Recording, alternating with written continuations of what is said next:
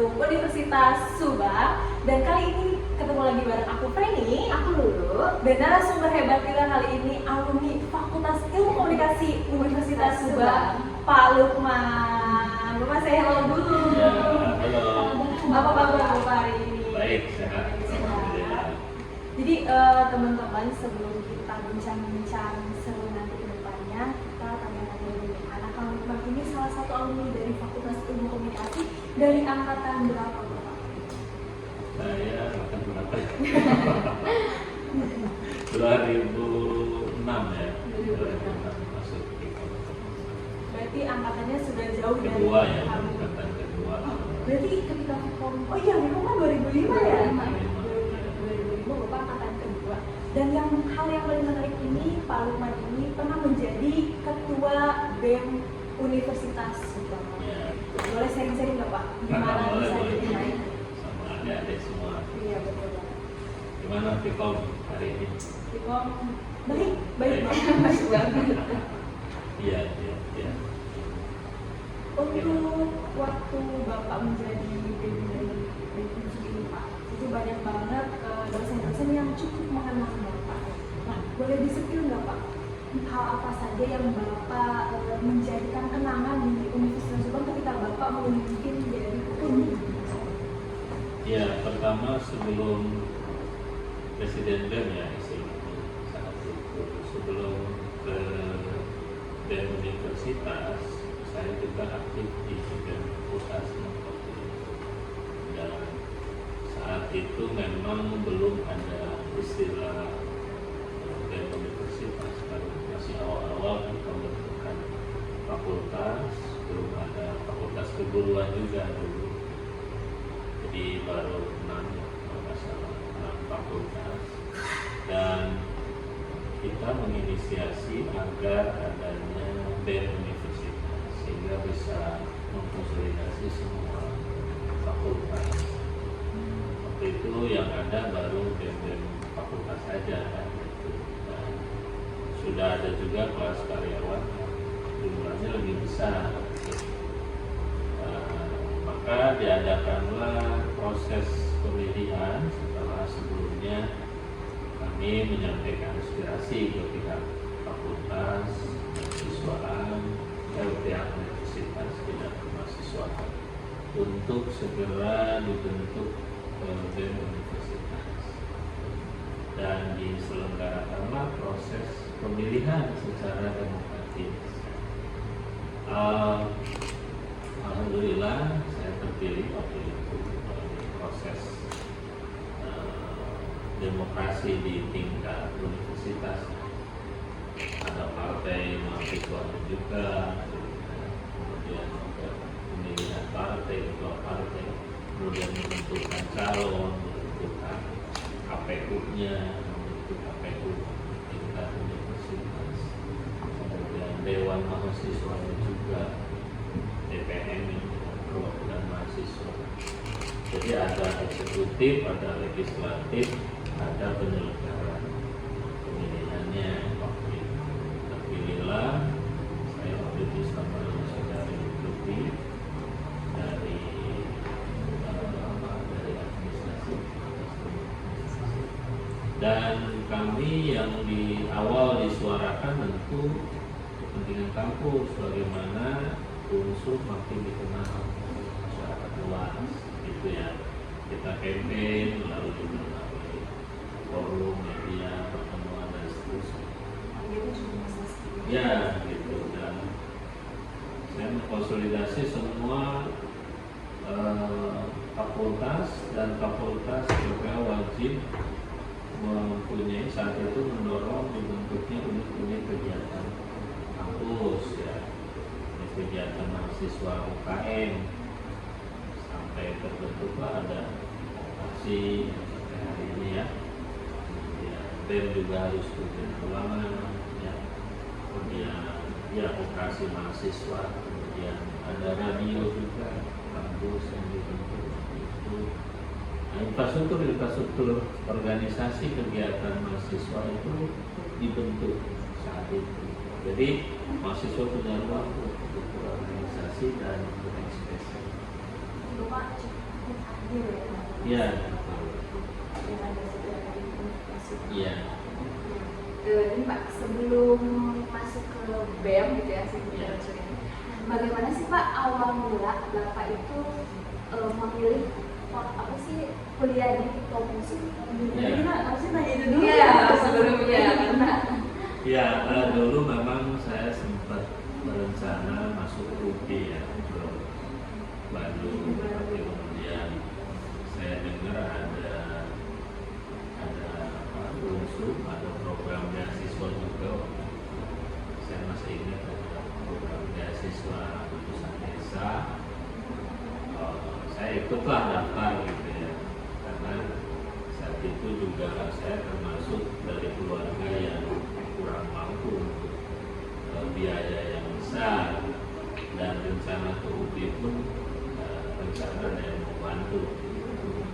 Ini saya lebih memilih di sini sajalah di Subang, karena saya meyakini yang penting kembali kepada kualitas diri kita, dalam artian mau tidak mengakreditasi kuliah dimanapun, mau tidak kita serius kerja keras, saya yakin bisa bersaing dengan siapapun, kan tidak usah berkecil hati. Apalagi ada beasiswa tuh waktu itu dari pemerintah daerah, saya ikutlah. Dan saya dengar tadinya ada beberapa saya masuk hukum, tapi saya dengar ada fakultas ilmu komunikasi nih, dan kebetulan peminatnya masih sedikit. Saya memilih yang sedikit-sedikit saja kan gitu, biar persaingannya gak banyak dan unik gitu. Kalau kecil itu kan lebih unik. Ya sudah, pilih aja di Vkom. Kebetulan juga saya senang juga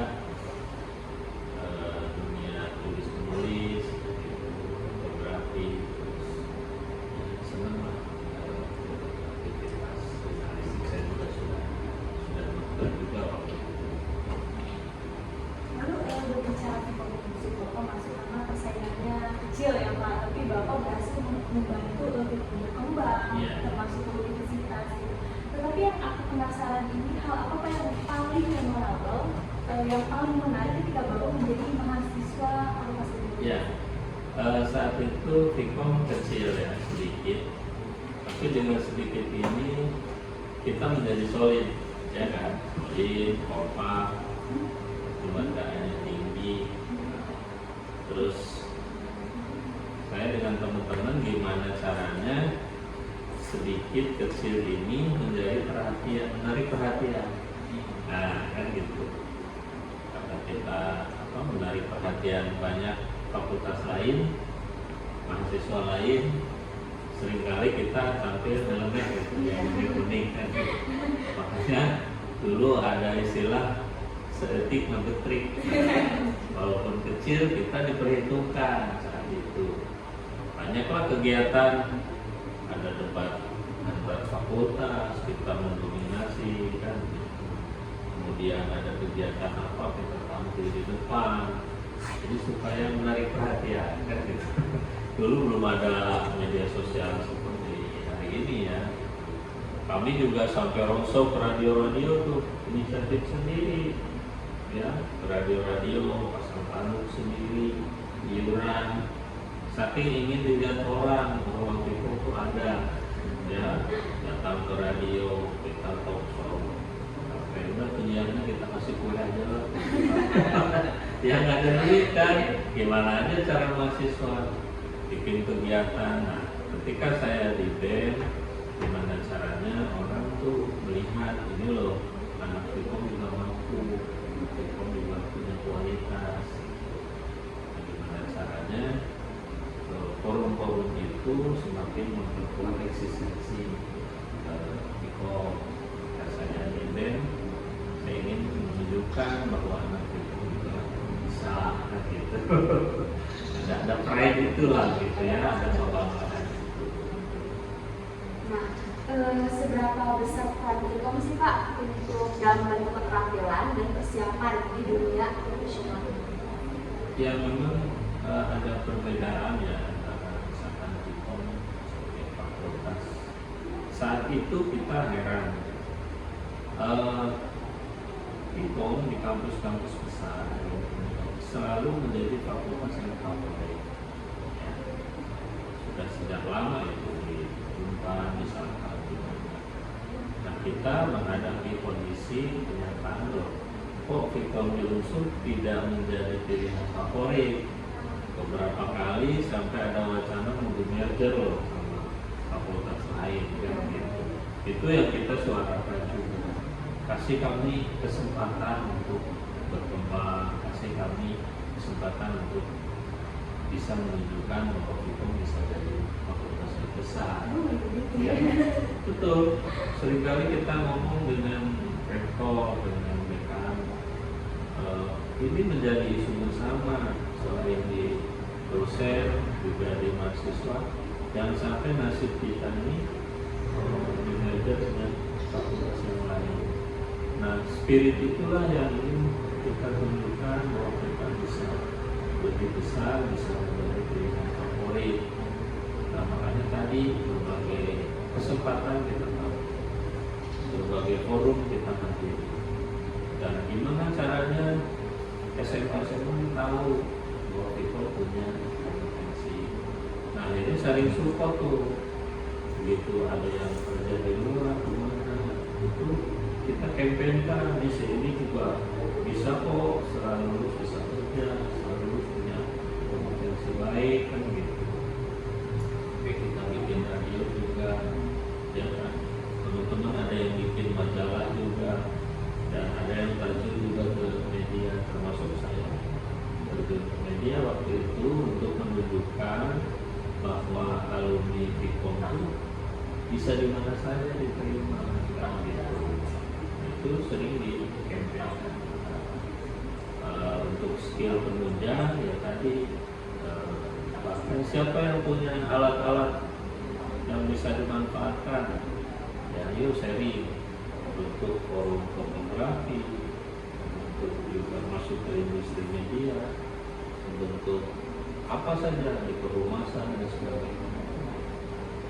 Ini aktif di berbagai Yang berbicara karir Bapak ini saat ini menjadi direktur BAM ya. Boleh dibimbingnya nih teman-teman kalau masih bingung ya nyambung ya. masih nyambung dong Pak. Direktur kan harus jago komunikasi yang luar biasa. Kalau teman-teman bingung, Vkom tuh urusan jadi apa? Ini TP-nya sudah ada ya. Masa nggak yakin buat masuk Vkom ya Pak? Ya, begini, ini juga bagi teman-teman adik-adik semua. Ketika ada kesempatan berorganisasi, gabunglah di organisasi aktif. Karena itu menjadi soft skill yang sangat berguna ketika kita bekerja. Ya. Ini juga sama berawal dari saya menjadi presiden BEM, pengurus BEM, ketemulah dengan yang namanya PDAM. Jadi tidak begitu, sudah lama kan. Saya waktu itu di universitas pengurus BEM terlibat di survei kepuasan pelanggan perusahaan air PDAM Subang. Saya juga kenal baik dengan direktur utama saat itu. Bahkan saya ditawarin menjadi pegawai PDAM loh waktu itu. Posisinya belum lulus berarti ya Pak? Belum. Sudah ditawarin. Ditawarin, tapi saya menolak, tidak mau. Apa yang Pak? Saya lebih memilih di dunia jurnalisme. Nah basicnya memang Iya. Saya senangnya di situ waktu itu. Sombong banget ya. nggak bisa. Saya ditawarin segitu, dalam segitu. Nah, saya waktu di universitas itu dapat proyek untuk survei kepuasan pelanggan PDAM. Saat itu dengan direktur utama kita menghimpun beberapa mahasiswa di Unsur, fakultas yang itu terlibat aktivitas survei kepuasan pelanggan SKP. Kita bekerja profesional, saya menjadi koordinator waktu itu, dan itu berjalan beberapa kali sampai saya ketemu dengan program USAID. Program USAID itu program bantuan Amerika untuk air bersih. Kita sampai melakukan survei dan analisa air bersih ke kota Bandung. Jadi ngabring nih dari unsur saya ada semua kelas teknik atau segala lain berangkat semua ke Bandung. Nah, itu menjadi pengalaman. Bahkan saya mempresentasikan bagaimana kualitas pelayanan PDAM Subang saat itu ke DPRD. Ya, jadi ya itu mungkin rencana Tuhan ya. Sudah dulu sudah begitu. Tapi poinnya bagaimana kita berorganisasi dan ternyata pekerjaan kita itu bisa jadi berawal dari organisasi. Ya, gitu. Tidak berawal dari lamaran-lamaran kan begitu. Jadi karena kenal orang sudah tahu kualitas kita kan gitu. Ya tidak diikuti kita ada pendapatan tambahan loh mahasiswa. Saat itu saya bisa beli HP itu kan senang juga bisa jalan kuliah kan gitu. Jadi kegiatan di organisasi itu sampai direkrut perusahaan untuk tim survei sampai usai program Amerika juga terlibat. Itu semua berawal dari organisasi. Jadi yang pengalaman itu tidak hanya bisa di dalam kampus ya Pak, Iya. di luar juga supaya kita memiliki keunggulan untuk diri kita sendiri. Berbicara keunggulan nih Pak, kalau menurut Bapak keunggulan Fakultas Ilmu Komunikasi ini apa yang paling unggul dibanding dengan fakultas lainnya? Ya, tentu punya spesifikasi dan perbedaan masalah unique selling-nya apa. Unique selling point-nya apa? Kita di komunikasi tentu selain kelebihan, ya ada juga kekurangannya. Kita di komunikasi misalkan dituntut untuk memahami konteks komunikasi yang baik itu seperti apa, termasuk juga aktivitas merencanakan komunikasi yang baik itu sehingga timbul satu kesepahaman ya kan itu secara dasarnya ada komunikator, ada pesan yang disampaikan, ada penerima pesan yang semua harus inline dan itu sesuatu yang penting bagi perusahaan, bagi organisasi, bagi pemerintahan itu penting. Nah kita sekolah alumni komunikasi itu dituntut memahami itu. Di komunikator bagaimana, mengolah message bagaimana, si penerima pesan, bahkan mediumnya apa, dipilih harus begitu.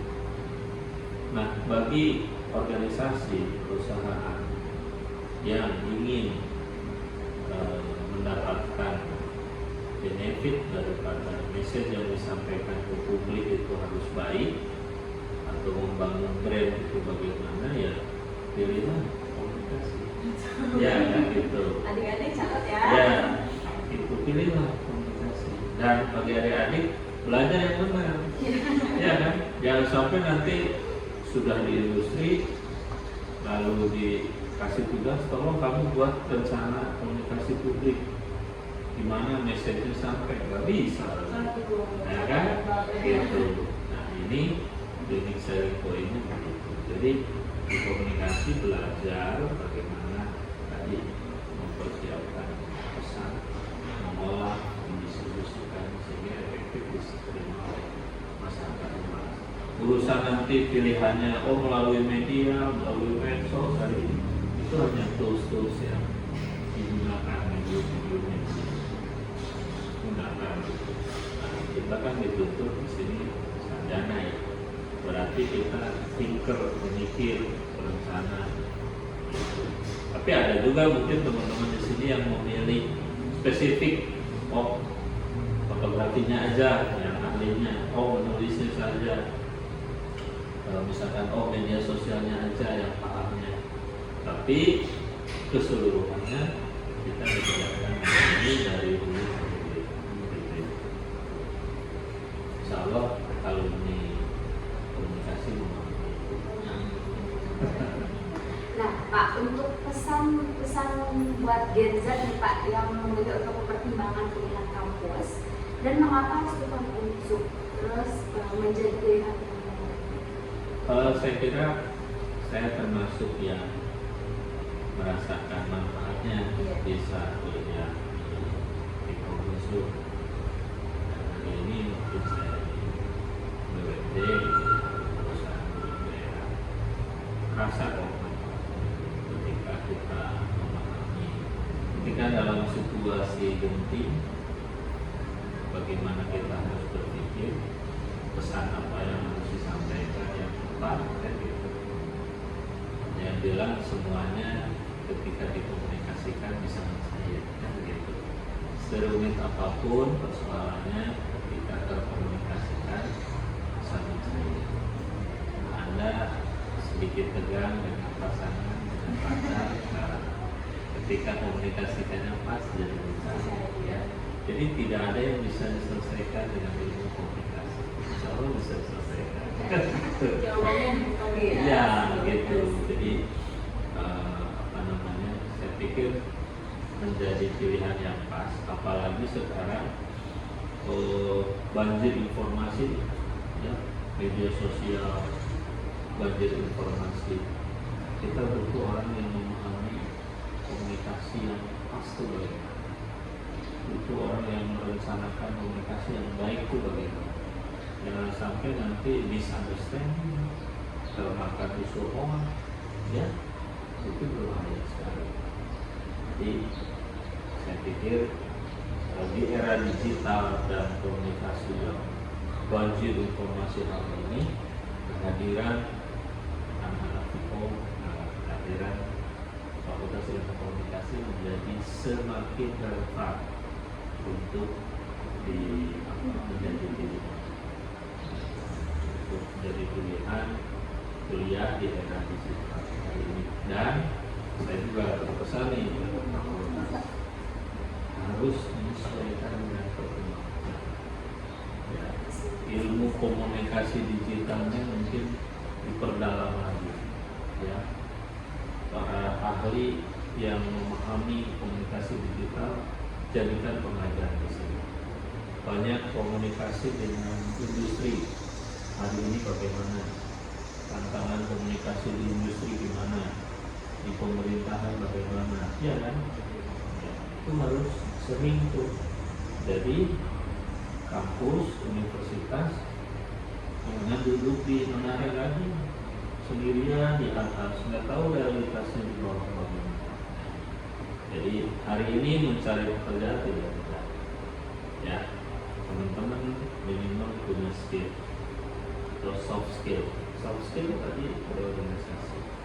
Skill mungkin kemampuan apa yang ada. Seperti itu. Lalu berbicara dengan media teknologi, Ya. apalagi sekarang ini 2025 sedang marak-maraknya AI ya. Ya. Kan kalau bisa lihat ada di TikTok, FYP-nya tuh ada pembuatan video melalui AI gitu. Ya. Karena animasi, editor seperti itu sudah mulai terjadi ya Pak. Nah, menurut pendapat Bapak sendiri, apakah lulusan ilmu komunikasi ini akan tergantikan atau justru kita bisa menyaingi hal tersebut? Ya, jadi kuncinya di makna, ya. Artinya kita teman-teman sekolah komunikasi harus bisa menemukan message yang tepat itu apa dan bagaimana publik atau penerima pesan memahami sebuah message itu. Urusan nanti mengolahnya mau pakai AI, mau pakai apapun itu silakan, ya. Bukan hanya proses processing saja, ya, mesin itu processing ya, tetapi kan message-nya harus tetap di-input sama kita, ya kan. Sama kayak pemrograman dan bahasa pemrograman, tetap manusia yang inputnya, kita yang inputnya, AI yang memprosesnya. Jadi human hari ini manusia punya rasa, punya bagaimana menemukan makna daripada sebuah message itu sendiri dari sebuah pesan. Nah, dengan adanya AI ini hanya tools dari perkembangan digital. Saya pikir manusia tidak bisa terganti, betul aktivitas fisiknya bisa digantikan, aktivitas pemrosesannya bisa jadi jauh lebih cepat. Tetapi aktivitas memaknai sesuatu itu kan tidak cukup pakai mesin, ya. Jadi ini perkembangan AI, bagaimana Antikom tetap stay relevan, ya kan gitu, tetap relevan. Ini tantangan nih bagi perguruan tinggi, bagi Antikom terutama. Hari ini mungkin aktivitas jurnalistik, news anchor digantikan mesin, ya, MC atau penyiar radio digantikan AI juga. Banyak sekali pekerjaan. Kalau kita manusianya tidak punya nilai lebih dari sekedar mesin dan otak kita hanya berpikir komputasi, kita akan digantikan oleh mereka. Tapi kalau kita punya nilai lain, kita punya empati, punya simpati, ya, punya hal yang lebih dari sekedar mesin, kita akan relevan. Tapi kalau kita hanya bekerja tadi, saya sarankan datang ke kampus, belajar, pulang, tidur. Ya, itu kayak mesin tuh, kan begitu. Tapi kalau kita datang ke kampus, membangun relasi dengan dosen, ya, dengan rektor, dengan teman-teman, itu kan sebuah proses pemaknaan. Orang menjadi tahu nilai kita, value kita. Ya, kalau hanya datang, belajar, pulang, itu udah kayak mesin tuh. Kalau disimulasikan begitu aja setiap hari. Ya, itu udah kayak mesin monoton. Itu saya kira penting juga. Era AI ini kalau berpotensi, jangan kita setelah lulus tidak jadi apa.